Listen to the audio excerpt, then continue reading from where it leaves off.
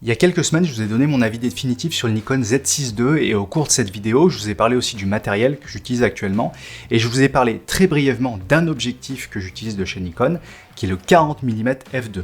Au moment de faire cette vidéo, ça faisait quelques semaines que j'avais cet objectif et puis je vous en ai parlé pendant un petit peu moins d'une minute sans m'étaler sur le sujet et à force de l'utiliser, voilà, ces derniers temps je l'utilise de plus en plus, je me suis dit que cet objectif méritait une vidéo dédiée et méritait plus d'attention parce que vraiment il a de très bonnes qualités, il a aussi des défauts bien sûr, je vais vous en parler, mais voilà, on va passer un petit peu plus de temps pour vous parler de ce Nikkor 40 mm f2. Mais avant de vous parler de tout ça, on a un sponsor aujourd'hui sur cette vidéo qui est la plateforme Gearbooker. Alors je sais pas si vous connaissez cette plateforme, c'est vrai qu'elle est pas très connue actuellement en France, mais c'est en train de se développer. En tout cas, elle fonctionne très bien sur d'autres pays d'Europe. Et en fait, cette plateforme, c'est une plateforme de location de matériel, mais qui fonctionne entre particuliers. Donc c'est un petit peu le Airbnb du matos photo et vidéo. Alors sur cette plateforme, vous pouvez trouver des objectifs, des appareils photo, des caméras, des drones. Il y a vraiment tout ce qui tourne autour du matériel du vidéaste ou du photographe. Il y a même des stabilisateurs, donc il y a beaucoup de choses. Et étant donné que c'est une plateforme entre particuliers, il y a deux aspects intéressants sur cette plateforme. Bien sûr, l'aspect location, pour louer du matériel que vous n'avez pas. Et c'est vrai que j'en parle régulièrement dans mes vidéos. C'est intéressant si vous voulez essayer du matériel, tout simplement, de louer peut-être sur un week-end ou sur une semaine. Ou alors si vous avez besoin d'un objectif particulier parce que vous partez en vacances, ou peut-être que vous voulez un drone parce que vous partez en Islande, je sais pas. C'est intéressant de louer du matériel et ça peut être une bonne solution Gearbooker pour trouver ce matériel-là. Sachant qu'il y a deux manières de fonctionner. Soit vous trouvez quelqu'un dans votre ville qui a le matos qui vous intéresse et dans ce cas-là, vous pouvez faire un échange en main propre, donc ce qui est le plus facile, mais il y a aussi la possibilité de faire de la livraison. En fait, quand on met une annonce sur Gearbooker pour louer du matériel, on peut choisir de livrer ou pas ce matériel, donc ça peut être aussi intéressant pour ceux qui sont un peu plus excentrés ou vous voyez un objectif intéressant au bout de la France. Voilà, sachez que ça existe. Et il y a un deuxième aspect qui est vraiment très intéressant aussi sur cette plateforme, c'est que bien sûr vous pouvez mettre des annonces et donc louer votre matériel. Et peut-être que vous avez un objectif ou un boîtier que vous utilisez peu, ou même juste un drone, comme j'en parlais tout à l'heure, ou un stabilisateur, et vous pouvez créer une annonce, et puis du coup, vous pouvez gagner un petit peu d'argent en louant ce matériel. Alors bien sûr, on peut se poser la question, ouais, mais j'ai peur que la personne à qui je loue le matos, ça soit abîmé, etc. La bonne nouvelle, c'est que la plateforme Gearbooker propose une assurance dès que vous louez du matériel, donc aussi bien pour la personne qui loue, pour la personne qui va louer, et du coup, ça permet de mettre tout le monde en confiance, et au moins, on n'a pas de mauvaise surprise. Donc ça, c'est vraiment bien qu'il y ait cet aspect assurance. Plus on sera nombreux à mettre des annonces sur cette plateforme, plus le site sera intéressant, et plus il y aura des offres intéressantes pour louer du matériel. Et d'ailleurs, dès que vous vous inscrivez, les 6 premiers mois, il y a 0 commission qui est prise par Gearbooker sur vos locations, donc ça peut être une bonne méthode pour tester cette plateforme. Et puis également, je vous ai mis un lien dans la description pour bénéficier de 10 € de remise dès votre première location. Donc je vous invite à y faire un tour. Je trouve que c'est vraiment un très bon concept. Alors ce Nikkor 40 mm qui ouvre à f2 et qui est pour monture Z, déjà c'est un des objectifs les moins chers qui existent pour les montures Z. C'est vrai que ça faisait un petit moment que je voulais essayer la focale 40 mm et je dois vous avouer que plus je l'utilise, plus je trouve ça très intéressant. Alors déjà, le plus gros point fort de cet objectif, c'est sa taille, qui est vraiment très petite, il fait 170 grammes. Pour ce qui est de la qualité de fabrication et de finition, c'est un objectif qui est construit de manière assez légère, donc c'est-à-dire c'est du plastique dur, du bon plastique, mais il faut savoir que la monture qui est ici est également en plastique, ça c'est pas en métal, c'est juste le point un petit peu dommage, mais l'objectif est tellement léger, je pense qu'il n'y aura pas de souci de ce côté-là, mais en revanche voilà, c'est à savoir. C'est pas un objectif qui est tropicalisé, en revanche Nikon annonce qu'il a une résistance à la poussière et aux petites intempéries, même s'ils garantissent pas le fait qu'il n'y ait rien qui aille dans l'objectif, mais en tout cas c'est fait pour qu'il y ait un minimum de poussière qui rentre dans l'objectif avec le temps, donc ça c'est une bonne chose. Par contre il n'y a pas de protection ici entre l'objectif et le boîtier, comme il peut y avoir sur les objectifs tropicalisés. Donc là, il n'y a pas de petite languette en caoutchouc qui empêche la poussière d'aller sur le capteur, donc c'est à savoir. Maintenant, parlons de ce qui nous intéresse le plus, les qualités optiques de cet objectif, et je vais commencer tout de suite par le plus gros défaut, comme ça vous saurez tout de suite si c'est fait pour vous ou pas.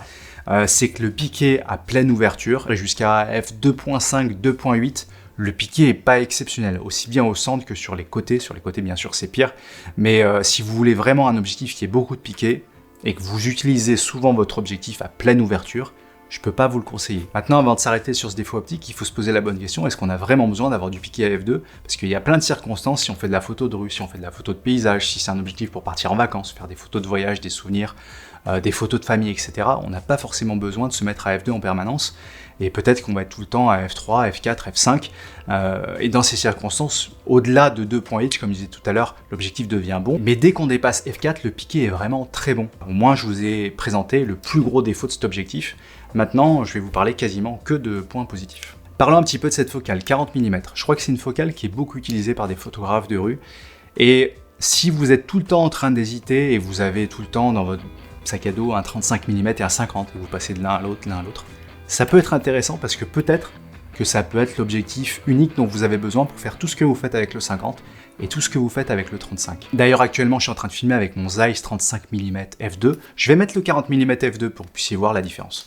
Donc vous voyez là, on est sur le 40 mm, je l'ai mis à f2 également. Ça vous permet aussi de comparer le piqué par rapport à l'objectif qui avait juste avant. Sachant que là, j'ai l'autofocus qui est en route, donc j'en parlerai un petit peu plus tard, mais je vais le laisser quelques temps, ça vous permettrait de voir un petit peu comment il se comporte. Le 35 mm peut apporter un tout petit peu de distorsion si on est proche d'un sujet, ça va dépendre vraiment des situations, des fois c'est pas visible et pas gênant, d'autres ça peut être un petit peu plus gênant, notamment pour moi, pour tout ce qui est photos de produits, quand je fais des photos de guitare, etc. J'aime bien cet aspect un petit peu grand angle, mais ça déforme un peu, donc ça peut être gênant. Le 50 mm c'est génial, c'est une focale que je recommande à tout le monde, si vous avez jamais essayé un 50 mm ou un équivalent 50 mm, si vous êtes sur un capteur APS-C, c'est un objectif à essayer et à avoir. En revanche, il y a certaines situations où, si on est en intérieur, notamment des photos de famille, etc., ça peut être un petit peu juste, on n'a peut-être pas assez de recul dans certaines circonstances. Donc si vous avez déjà ressenti ça, que vous êtes un petit peu serré quand vous êtes au 50 mm, ça peut être une bonne alternative à cette focale, et puis du coup, vous n'aurez pas besoin de 35 mm avec un 40, parce qu'il y a tellement peu d'écart que tout ce que vous faites avec le 35, vous pouvez aussi le faire avec le 40. J'en profite d'avoir toujours l'objectif fixé sur le boîtier pour vous parler d'autofocus. Je ne sais pas si vous avez remarqué, mais quand j'avance et quand je recule, le seul petit point négatif que je pourrais dire sur l'autofocus, c'est qu'il est assez lent à suivre le mouvement. En revanche, le bon point, c'est qu'il ne pompe pas, c'est-à-dire qu'il ne va pas faire focus avant, arrière, etc. Et c'est pas trop visible en fait, il est juste un petit peu en retard dans certaines situations, sachant que là je suis un bon éclairage, donc ça vous permet de voir un petit peu ce que ça donne, mais voilà, je l'ai juste trouvé un petit peu lent. Moi je sais qu'en focus, en vidéo, j'utilise mes mains, donc je suis en focus manuel, donc c'est pas trop gênant. Ça m'est déjà arrivé d'utiliser un autofocus, avec la détection de visage des Z6, ça fonctionne super, c'est juste il est un petit peu lent, mais bon, ça peut très bien marcher. Également l'autofocus, c'est extrêmement silencieux, honnêtement, j'ai tourné en vidéo avec, il m'a jamais dérangé, je l'ai jamais entendu.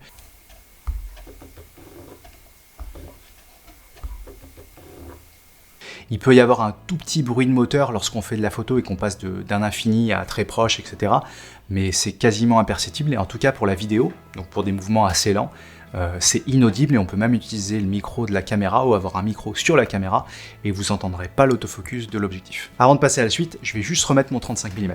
Pour ce qui est du contraste et du rendu des couleurs, ce que j'ai pu remarquer, alors là c'est purement subjectif, hein, c'est pas objectif, c'est vraiment avec mon œil ce que j'ai vu par rapport à mes habitudes. Bon, il est très droit comme tous les objectifs modernes, donc il est très fidèle aux couleurs, il n'y a aucun souci de ce côté-là. Il est plutôt du côté assez contrasté et assez punchy au niveau des couleurs, mais pas d'une manière déplaisante. Les couleurs sont très belles pour tout ce qui est photos de paysage, photos de vacances. Je pense que vous serez ravis des couleurs qui sont produites par le 40 mm. Après, c'est sûr que c'est un objectif moderne, donc il y a du contraste forcément. Et lorsqu'on fait de la vidéo, c'est bien d'en enlever un petit peu. Donc moi, je sais que j'en enlève plus que du coup sur mes objectifs vintage que j'utilise. Mais de manière générale, c'est un objectif qui, en termes de couleurs, du rendu des couleurs et du punch qu'il a, est assez plaisant. Ensuite, bien sûr, il y a du vignettage à pleine ouverture, comme la plupart des objectifs. Dès que vous êtes à 2.5, 2.8, il n'y a quasiment plus rien. Moi, ça ne m'a jamais dérangé. J'aime bien le vignettage, et même j'en rajoute des fois sur mes photos, donc ça va dépendre bien sûr aussi encore une fois de votre utilisation, mais je pense pas que ça soit un gros défaut, pas plus que d'autres objectifs. J'ai trouvé très peu d'aberrations chromatiques, étant donné que je filme souvent des guitares, etc. Les aberrations chromatiques, je les vois beaucoup sur les cordes de guitare, et là j'en vois très peu, et également j'ai pas remarqué de distorsion notable. Il se rapproche plus du 50 mm je trouve en termes d'aspect d'être droit, qu'un 35 mm qui va déformer un tout petit peu à proche distance. Donc de ce point de vue là, je trouve qu'il est vraiment très bien. Après, pour tout ce qui est l'aspect vraiment piqué dans les coins, si c'est les choses qui vous intéressent, hein, les aberrations chromatiques à toutes les ouvertures, le vignettage, etc. Si vous voulez vraiment de l'aspect technique dans le détail, je vous conseille d'aller voir plutôt une autre vidéo, parce que moi je suis plutôt sur l'aspect subjectif. Dans l'utilisation que j'en ai, je trouve qu'il a très peu de défauts. Au final, à qui je conseille cet objectif? Déjà à ceux qui ont un boîtier Nikon. Bon, blague à part, si vous êtes toujours, comme je disais tout à l'heure, un petit peu à chercher entre le 35 mm et le 50 mm, vous échangez souvent l'un à l'autre, je vous invite vraiment à essayer cette focale 40 mm, parce que peut-être que ça sera l'unique focale que vous aurez besoin sur cette plage-là, si vous êtes adepte des focales fixes et que vous aimez bien avoir peu d'objectifs avec vous. Et éventuellement, vous partez des fois faire une journée, un week-end ou même une semaine de vacances avec un seul objectif. Je pense que ça peut être une bonne solution, parce que ça m'est déjà arrivé de partir avec un 50 mm tout seul. Dans certains cas en intérieur, on est un petit peu étriqué. Ça m'est déjà arrivé de partir avec un 35 mm tout seul, et on a envie d'un petit peu plus de compression, on a envie de zoomer un petit peu plus dans l'image, et le 40 mm il apporte juste ce qu'il faut entre les deux, et je trouve que c'est une focale qui est très intéressante, donc ça mérite d'être essayé. C'est pour ça que j'ai voulu prendre le temps de vous parler de cet objectif, et surtout il est très abordable. Comme je disais tout à l'heure, c'est un des objectifs les moins chers qu'on peut avoir sur un Nikon Z. Je ne sais pas si c'est même pas le moins cher d'ailleurs. Et faut pas s'arrêter au fait qu'il est pas cher. Peut-être certaines personnes doivent se dire non, mais je vais pas acheter un objectif à si peu cher, entre guillemets, parce qu'on a souvent tendance à se dire les meilleurs objectifs sont ceux qui sont chers. La plupart du temps, c'est vrai. Mais des fois, dans les objectifs pas très chers, il y a des très bonnes solutions. Et franchement, avec ça, vous avez déjà de quoi faire des photos ou des vidéos fantastiques. Voilà, j'espère que cette vidéo vous aura intéressé et vous aura plu. Si vous avez la moindre question, comme d'habitude, n'hésitez pas à me la poser dans les commentaires, je me ferai un plaisir de vous répondre. Et puis moi, je vous dis à très bientôt pour une prochaine vidéo. Salut!